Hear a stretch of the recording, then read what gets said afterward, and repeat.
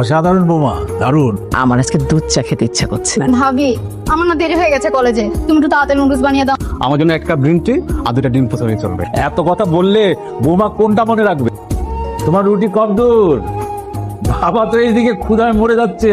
2টা ডিম পোস্ট করতে এত সময় লাগে? মা গো, আমার না খুব খিদে লেগেছে, যাও না আমার জন্য বাটার দিয়ে 2টো পরোটা ভেজে নিয়ে এসো।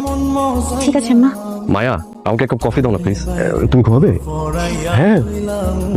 ভাবি সরি সরি সরি। ওর মাথায় না প্রচুর খুশকি হয়েছে, মানে আমি অনলাইনে একটা ভালো তেল দেখেছি, সেটা অর্ডার করেছিলাম, সে তেলটা আসছে, তুমি সমান মাথায় দিয়ে দিবে। তোমার জন্য একটা গুড নিউজ আছে।